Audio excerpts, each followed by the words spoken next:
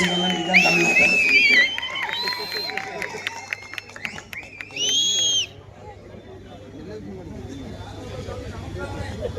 இங்க பாரு, நமக்கு தமிழ்நாட்டுக்கு 9,000 யூனிட் மின்சாரம் நமக்கு கிடைக்குது மாநில அரசின் திட்டத்தின் மூலம். மாநில அரசின் திட்டத்தின் மூலம் 9,000 கிடைக்குது. நமக்கு எவ்வளவு தேவைன்னா 5,000 மின்னாற்றல் மின்சாரம் கிடைக்குது. ஆனா 9,000 தேவைப்படுது. 5,000 தான் நம்மகிட்ட இருக்குது. இப்ப 5,700 நமக்கு பற்றாக்குறை இருக்கு. இந்த பற்றாக்குறையை அண்ணன் ஈடு செய்யறேன். இவன் என்ன செய்யறான்னு பாரு. இந்த ஆளு தனியார் நிறுவனங்களிடம் வாங்குது அரசு. இவன் என்ன பண்றான்? படிச்ச பிள்ளைகள் கவனிக்கணும். உற்பத்தியில முதலீடு செய்யாம வாங்குறதுல முதலீடு செய்யுது. தொடர்ந்து 2 கட்சி ஆட்சியும் திமுக அதிமுக. அதாவது ப்ரொடக்ஷன்ல இன்வெஸ்ட் பண்ணாம பர்ச்சேஸ்ல இன்வெஸ்ட் பண்ணுது. என்ன காரணமா இருக்கும்?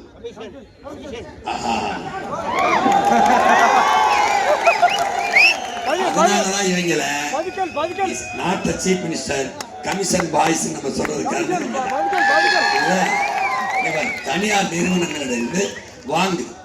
இப்ப வாங்குறதுல பல ஆயிரம் கோடியை முதலீடு செய்யும். அப்ப ஒளிமயமான எதிர்காலத்திற்கு தடையற்ற மின்சாரம் தேவை. அதை நம்ம மக்களுக்கு நாமளே உற்பத்தி செய்து கொடுக்கணும். எப்படியெல்லாம் உற்பத்தி செய்யணும்? நாட்டின் வளர்ச்சிக்கு மின் உற்பத்தியில் மாற்று மின் உற்பத்தி நுட்பம் தேவைப்படுது. அப்ப நம்ம அரசு எப்படி மாற்று மின்சார உற்பத்திக்கு போறோங்கிறத அண்ணன் உனக்கு படமா காட்டுறேன். ஏன்னா நான் கருத்தா கடத்துறத விட காட்சியா விரிச்சு வைக்கும் போது உனக்கு படிச்சிருக்கிறேன். ஆமா அப்படி புரிஞ்சுக்கலாம். நானே ஆஸ்திரேலியா ஹெலிகாப்டர்ல மாடு மேய்க்கிறான்டானா சிரிச்சேன். அப்புறம் போச்சுக்காங்க. ஆமா மேய்க்கிறான். அதான் டாடி நம்புடா.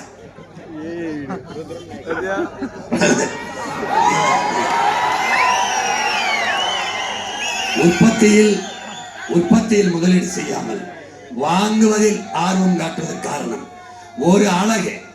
ஒரு அலகு மின்சாரத்திற்கு, ஒரு யூனிட் மின்சாரத்திற்கு ₹1 எடுத்தா கூட, கமிஷனா எடுத்தா கூட பல ஆயிரம் கோடி வந்துடும். உங்களுக்கு விளங்குது நினைக்கிறேன். ₹1 ₹2 எடுத்தா கூட 2,000 கோடி 3,000 கோடி வந்துடும். அப்போ மின் உற்பத்தியில் தன்னிறைவு அடைய வேண்டும் என்றால் நாமளே உற்பத்திக்கு போயிடணும். அந்த என்ன செய்யணும்? வாங்குறத நிறுத்திட்டு வாங்குறதுல முதலீடு செய்வதை உற்பத்தியில முதலீடு செய்தால்தான் நிலையான தீர்வு வரும். வாங்குறதுனா ஒவ்வொரு ஆண்டும் வாங்கிக்கிட்டே போவோம். அதுக்கு அதிக விலை கொடுத்து வாங்குவோம்.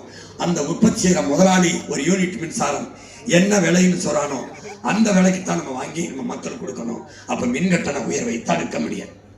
ஐயா ஸ்டாலின் மட்டும் 3 முறை மின் கட்டணத்தை உயர்த்தியிருக்கிறார். இப்போ நம்மளுடைய டிரான்ஸ்ஃபார்ம், நம்மளுடைய மின் திட்டத்தை பாரு. இது அனல் மின் நிலையம். இது அனல் மின் நிலையம் எங்க இருக்கு? எண்ணூர்ல இருக்கு. இது அணு மின் நிலையம் எங்க இருக்கு? நம்ம ஊர்ல இருக்கு. இது இங்க பாரு, அனல் மின் நிலையத்தில் இருந்து வர்றத உலர் சாம்பல், அதாவது ஈரமா ஒரு சாம்பல் வெளியாயிட்டே இருக்கும். அந்த சாம்பல் என்ன செய்யும்? நிலமெங்கும் படியும், தண்ணியில போய் காற்றெங்கும் பறக்கும். அப்ப அந்த சாம்பலை சுவாசிக்கும் போது நுரையீரல் தொற்று, புற்று, மூச்சு திணறல், கண்ணெரிச்சல், தோல்வை எல்லாம் வந்து சாவும். இப்ப இந்த நிலம் எல்லாம் இந்த உலர் சாம்பல் நீர் படிகிறதுனால நிலம் அப்படியே நாசமாகி நஞ்சாய் போயிடும், பயன்பட முடியும். அந்த இடத்தில் மக்கள் வாழ்வதற்கு வாய்ப்பற்று போயிடும். இப்ப துணியை நம்ம அம்மா காய வச்சாங்கன்னா எடுக்கும்போது எல்லாம் சாம்பலா இருக்கும். கருப்பா ஒரு காரை ஓட்டி போனீங்கன்னா வெள்ளையெல்லாம் திரும்பி வருவேன். நீ இப்ப நான் போனா சாம்பலா வருவேன். ஏன்னா அப்படி உலர் சாம்பல் இந்த இந்த இந்த ஆபத்தான உற்பத்தியை தடுக்கணும்னு நினைக்கிறேன். இந்த வருந்தா எப்படி இருக்கு பாரு. இது எண்ணூர் தான். நம்ம சென்னையில் இருக்கிற திருவொற்றியூர்ல இருக்கு எண்ணூர் அனல். இந்த ஒரு உலர் சாம்பல் எப்படி கொட்டி கிடக்கு. இந்த நிலத்தை பாரு. இதுல என்ன வரும்னு நினைக்கிறேன்? என்ன பண்ண முடியும்னு நினைக்கிறேன்? வீடு விட்டு வாழ முடியுமா? இங்க ஏதாவது வருமா? ஒன்றும் செய்ய முடியாது. அப்போ இந்த சாம்பல் இந்த தண்ணிக்குள்ள போகுது, இந்த நஞ்சாயி போகுது, இது கடலுக்குள்ள போகுது. இப்ப மாற்று மின்வர்க்கத்துக்கு உங்க அண்ணன் வாரேன், ஒவ்வொன்னா சொல்லி வரேன். இது எங்க? நம்ம ஊர்ல இருக்கிற அனல் மின்சாரம், அணு மின்சாரம். அணு மின்சாரம் இவன் என்ன சொல்லுவான் நமக்கு? அணு உள்ள இல்லைன்னா எப்படி மின்சாரத்தில் தன்னிறைவு அடைகிறது, எப்படி மின் உற்பத்தியை பெருக்கிறது. இனி புரிஞ்சுக்கணும், மின்சாரம் கண்டுபிடிக்கப்பட்டது அணு உலையால் அல்ல, அணு உலை கண்டுபிடிக்கப்பட்டது மின் உற்பத்திக்கு இல்லை. இது ரெண்டையும் புரிஞ்சுக்கணும். அப்போ இவன் நல்ல கவனி, ஆபத்தான அணு உலை மின்சாரம் நெய்வேலி பழுப்பு நில கரி மின்சாரம். இது மூணுமே பெரும் ஆபத்து. இது இந்த பூமி தாயின் தோல் இருக்குல்ல, தோல் ஈரக்குலையெல்லாம் அப்படியே உயிர் செதுக்கி எடுத்தா அப்படி இருக்கும். அப்படி 1 ஏக்கர் 2 ஏக்கர்ல 65,000 ஏக்கர் எடுத்துக்கலாம் நெய்வேலியில. பாரு எப்படி எடுக்கிறாங்க, எப்படி எடுத்து போட்டுக்காங்க. நீ உடன் பிறந்தவனே நீ கவனிச்சுக்கணும். போர் நடந்த விட்ட பிறகு கூட போர் முடிஞ்சிருச்சுன்னா மறுபடி மக்கள் அந்த இடத்துல குடியேற்றலாம். ஆனா அணுல வெடிச்ச இடத்துலயும், இந்த நிலக்கரி எடுத்த இடத்துலயும், இந்த அனல் மின்சாரம் எடுத்த இடத்துலயும் மறுபடியும் நம்ம மக்களை குடியேற்ற முடியாது. சொல்றது புரியுதா? அந்த நிலம் எல்லாத்தையும் இழந்துருது, மக்கள் மறுபடியும் வாழ தகுதியற்றது. இங்க பாரு, இது நம்ம ஊர் தான், நெய்வேலி தான். பாரு, நெய்வேலி தான். அங்க என்ன ஆகுது, நீர் நஞ்சாயிருது. ஸ்டெர்லைட் இடத்துல, அணுல இருக்கிற இடத்துல, அனல் மின்சாரம் இருக்கிற இடத்துல, இந்த நெய்வேலி பழுப்பு இடத்துல நீர் ஒரு மஞ்சள் நிறத்துக்கு மாறிடுது. அதுல யுரேனியம் கலந்துருது, நச்சு கலந்துருது. மீத்தேன் இடம், சிப்காடு தொழிற்சாலை வச்ச இடம், இந்த இடத்துல நீர் நஞ்சாயிடும். நஞ்சான நீர் நிலத்துக்குள்ள போகும்போது, நிலத்து நீர் நஞ்சாகும் போது நஞ்சே விளையும், விஷமா தான் விளையும். அதை எடுத்து குடிக்கும் போது யுரேனியம் உள்ள உடலுக்குள்ள புகுந்து தாய்ப்பால் வரைக்கும் நஞ்சாயிடும் விளங்க. அதனால பிறக்கிற குழந்தை புற்றுநோயோட பிறக்கும். நீ புற்றுநோய் மருத்துவமனைக்கு உன் அண்ணன் சொல்ற, உன் மகன் சொல்றேன் போய் பாரு. 3 வயசு 2 வயசு 4 வயசு 1 வயசு குழந்தைனா புற்றுநோயோட இருக்கு. இது எவ்வளவு ஆபத்தானது. அந்த குழந்தை பான்பராக் போடலையே, அது புகையிலை போடலை, சுருட்டை பிடிக்கல, சீரட்டை பிடிக்கல, எப்படி புற்றுநோய் வந்துச்சு? தாய்ப்பால் விஷமாயிடுச்சு. ஏன் விஷமாயிடுச்சு? காற்று, நீர், சோறு 3 விஷமாயிடுச்சு. அதனால இந்த புற்று பரவுது. 100 மரணம் பட்டியலிட்டு பாருவான்னு சொல்லணும். 90 மரணம் புற்றுநோயா இருக்கு. அப்போ எவ்வளவு பெரிய பேராபத்துக்குள் சிக்கிட்டு. நமக்கு பேசல, நம்ம பிள்ளைகளை இந்த நிலையில விட்டுட்டு போக போறோமான்னு பேசுறேன்.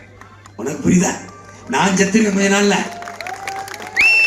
நீ பிறந்துட்ட. ஆனால் எந்த நம்பிக்கையில் உன் சந்ததியை, உன் பிள்ளை இந்த பூமியில விட்டு போக?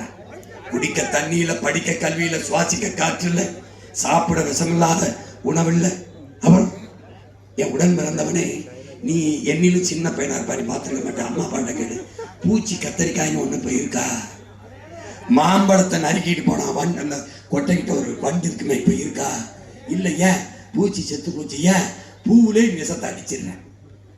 பூச்சி உடனே செத்துருச்சு, நீ கொஞ்ச நாள் கழிச்சு சாட. இந்த இங்க பாரு, இந்த வயசை பாரு, எங்கேயுமே நம்ம ஊர் தான். இது என்னன்னு கேட்டா, இந்த நிலக்கரி எப்படி உருவாகுதுன்னா, பல ஆயிரம் ஆண்டுகளுக்கு முன்னாடி பூமிக்குள்ள புதைந்த கீழடி மாதிரி புதைந்த மரம், செடி, கொடிகள் மக்கி அப்படியே காற்றின் அழுத்தத்தாலும் வெப்பத்தாலும் என்ன ஆயுது? கரியாயிரு, எரிஞ்சு கரியாயிரு. அந்த கரி நிலக்கரி.